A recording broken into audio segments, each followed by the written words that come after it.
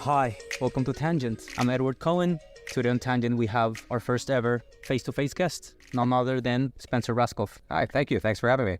Co-founded and ran Zillow for a decade as its CEO. Spencer is also the co-founder at Pacaso. He's also a New York Times bestselling author, and he has co-founded 4 other companies, and he's invested in 55 companies. Is that right? I think so. Yeah. I lose count sometimes, but yes, Counting. close enough. These companies are in Proptech, in the future of work, and the creator economy. So Spencer, let's jump right into it. Zillow, as we all know, it's pretty much a verb, poster child of Proptech 1.0 innovation, right up there with the Airbnbs and the WeWorks, probably with a better future than one of them. So I want to ask you, in this new wave of Proptech 2.0 that we're seeing, what companies have the potential to becoming, the Proptech darlings of this next wave of innovation? Well, I guess I think of Proptech 1.0 as about search and discovery, kind of at the top of the funnel. And I think of Proptech 2.0 as companies that are more transactional at the bottom of the funnel. And Zillow, to be clear, is trying to migrate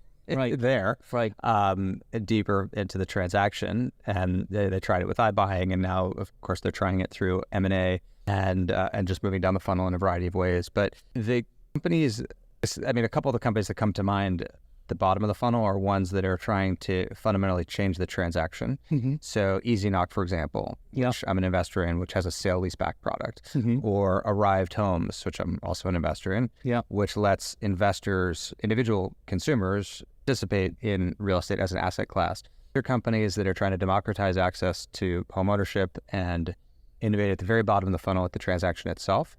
And they have extraordinary product market fit with consumers. I think those are the types of companies that will be winners of this stage of innovation in PropTech.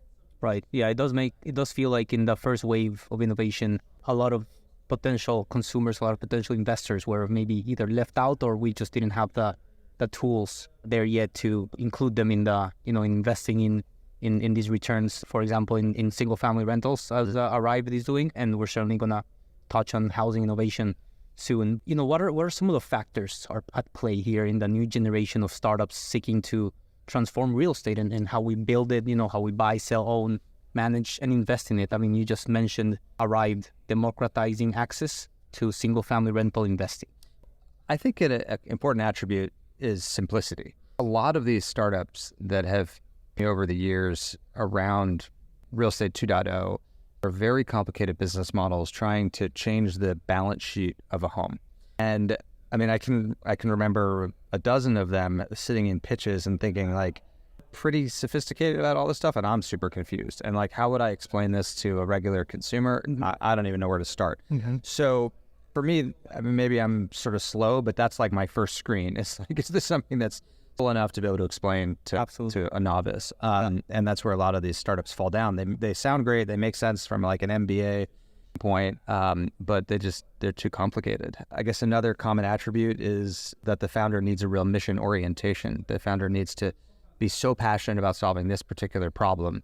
And that is true in most of the cases of the startups that we've named. It was certainly true in the case of the Zillow leadership team when we were first getting started. But I always ask founders, why are you doing this? Right. And you can suss out pretty quickly if they're trying to do it for monetary reasons or for mission-oriented reasons. And I'm pretty allergic to people that are doing things just I would say monetary. So interesting. I would say more, besides passion, it has to be an obsession, right? And that obsession has to have a personal meaning other than I want to either get rich or I want my face and my company name, shared across social media.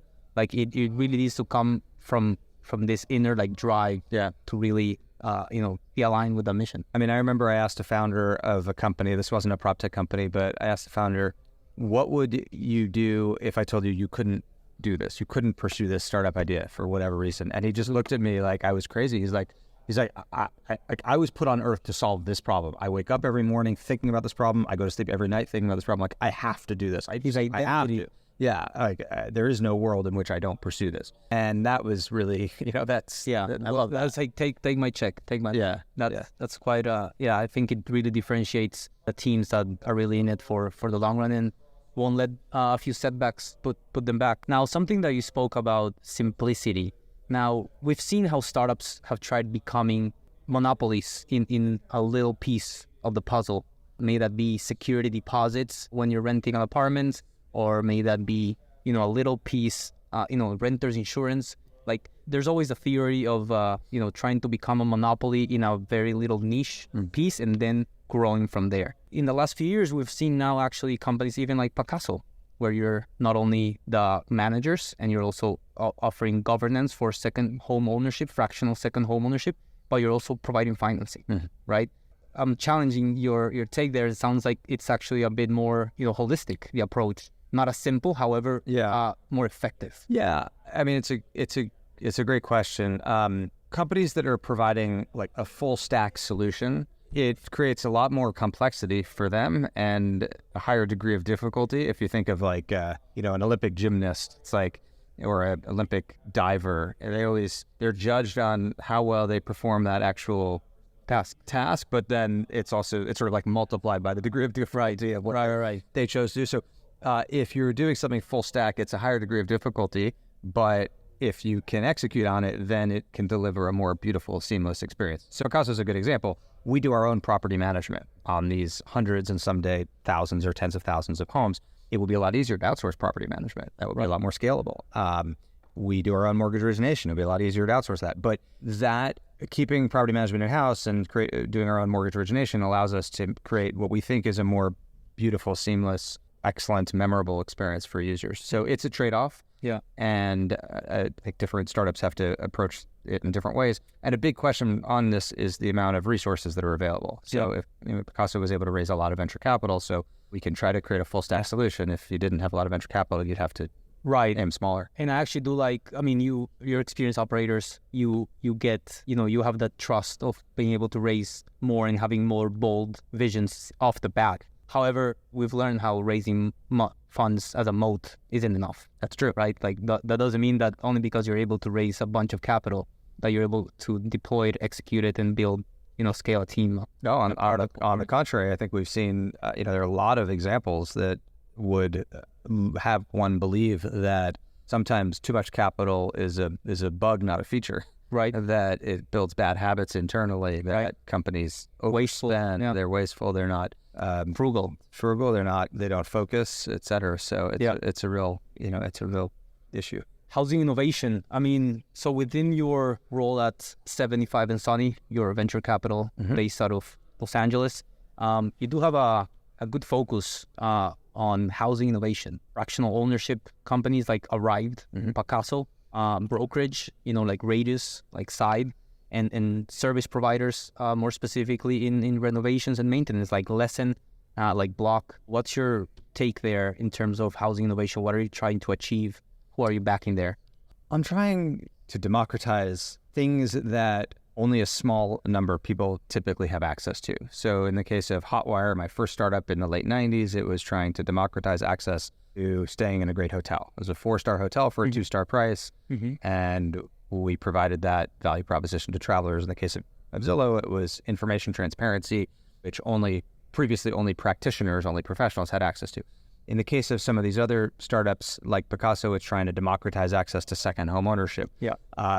In the case of these disruptive brokerage models like Side, Radius Agent, Avenue 8, these are all cloud-based brokerages that I'm involved in, which are trying to help individual agents keep more of their commission, to have access to some of the same benefits that if they paid even more of their commission to brokerages, they might be able to have, but at a much lower fee. So this ongoing theme of democratization, the good stuff, the stuff that only the people in the know, or the stuff that only really wealthy people have, or only top performing people have access to. That's generally a theme that I invest behind. Very interesting. Talk about Spencer Rascoff on Arsenal for Democracy. That's a little grandiose, but I'll take it. Too soon. But Spencer 2028 coming soon. Los Angeles Proptech and the tech ecosystem.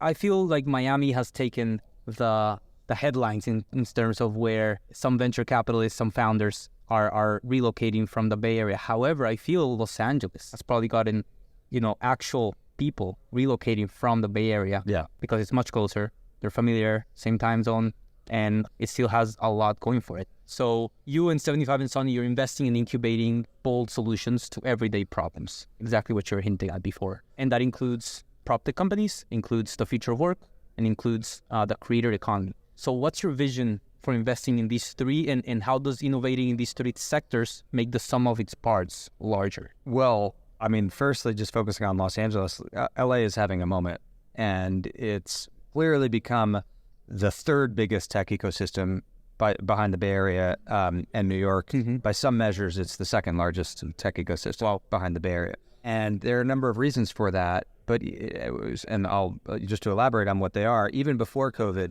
LA was the intersection of media, entertainment, pop culture, the creator economy. I mean, so much of tech has become consumerized. It is grown through influencers and through social media, and a lot of that is based in Southern California. I mean, the 10,000 people that decide what's cool for all the rest of us in the world basically live in LA. The athletes, the celebrities, the influencers, like they all choose to live in LA.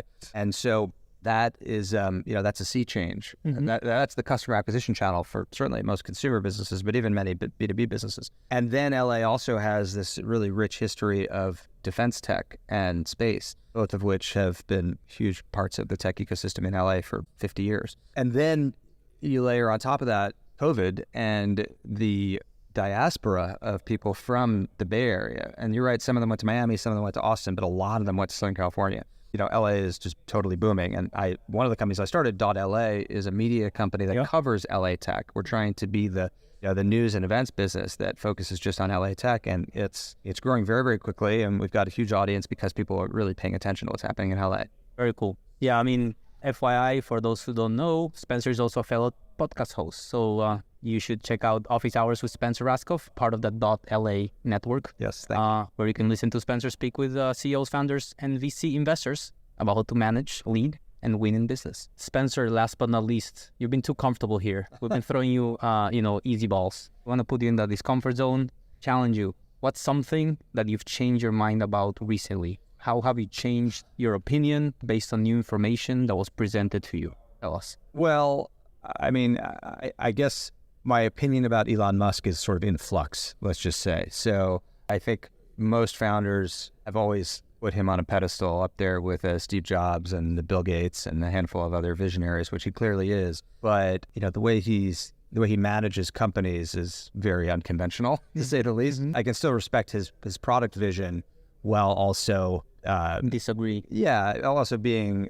skeptical and critical of the way that he manages companies and the way he comports himself. I think it takes a lot of courage saying this, especially someone who's in the similar adjacent innovation ecosystem. No doubt that he's one of the, if not the innovators of our generation. Of course. Having said that, no one, doesn't matter how smart, talented, successful you are, should be surrounded by yes people only. I think in terms of his Achilles heel, he has believed his own success now, which it's one of our human flaws. However, in terms of having people around you that you can rely, that you also encourage to disagree with you, I think that's what he's missing, and that's what's making his brand and maybe his companies be a little shaky. I mean, it's hard to argue with his overall success, of course, but he and his companies could be just as successful with a little bit more maturity at sometimes. Right. Less tweeting, maybe. But Spencer Rascoff, co-founder of Pacaso, co-founder of 75 and Sunny. Thank you so much for coming to Tangent today. Thank you for having me. If you like what you heard, please subscribe, rate, and review Tangent and share the show with a friend. This episode is produced by me, Edward Cohen. Thanks for listening to Tangent, and remember, collaboration is our superpower. So stay curious and always be learning.